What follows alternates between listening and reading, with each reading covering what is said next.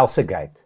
This is a new term that has popped up recently, and it is YouTube Kids, the channel on YouTube, being targeted by sick people in this world that are promoting things like violence, as far as pornography and murder, even rape, on YouTube Kids channels. Now, 50 channels and thousands of videos have recently been disqualified from being able to produce content on the platform. However, they still slip through. On today's episode, we're going to discuss how, and we're going to give you a prevention tool that helps you and your children and the content that your children watch. Next to me, as always, Anna-Marie Meyer. Welcome to the show. Thank you so much. Let's give these people some value.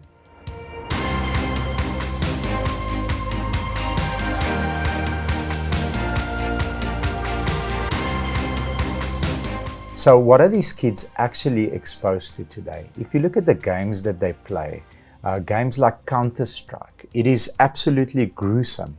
And kids as little as 10, 11, 12 years old are playing on these games. If you go and look at the cartoons that are being created and pushed into this market, stuff like hentai, which is actually cartoon pornography, I mean, it is mind-boggling, and it's happening on the screen right next to you while your child is quiet and all attention focused on that blue screen. What is the problem on YouTube Kids? Let's tackle that one first. What are kids actually exposed to? Problem is, it's not only the blood and guts.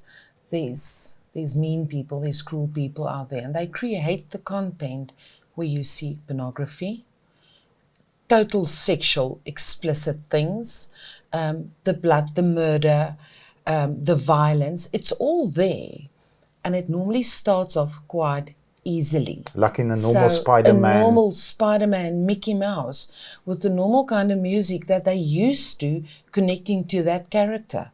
So the problem is, you walk into a room or watch on the tablet what your kid is watching, and it's just the interim. And the moment you see that, okay, I'm fine with that, but it's what's coming.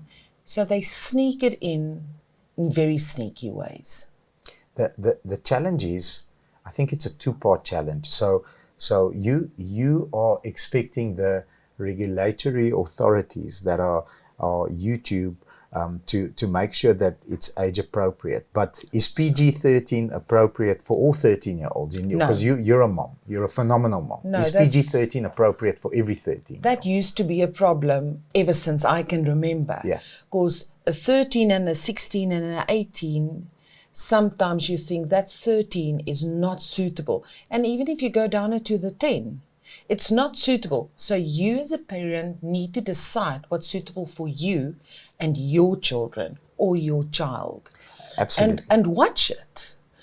Try and make sure with what kind of channels they play around with, because kids tend to get onto one that trigger them, and then they will keep and carry on with that specific channel.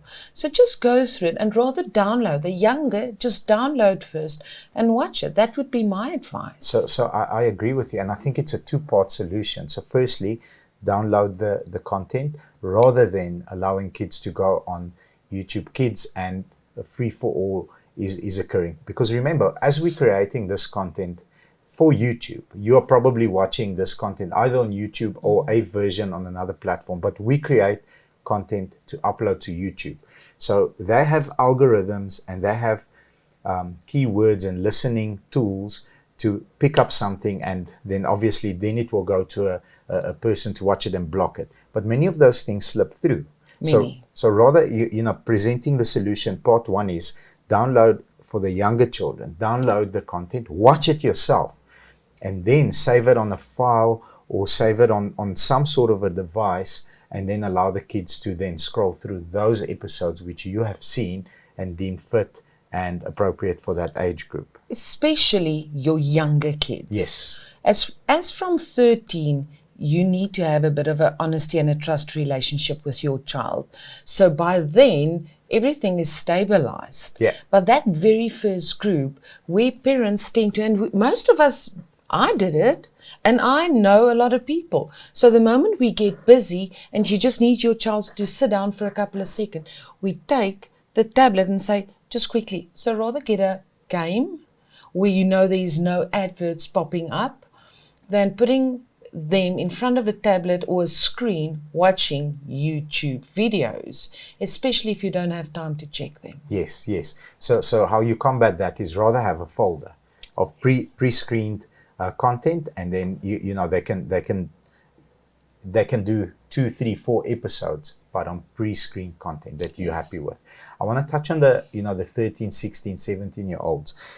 It's very difficult to control that age group, but I think it all goes back to fundamentals and values and principles. Is there a trust between parent and child to say, listen, I've seen something inappropriate.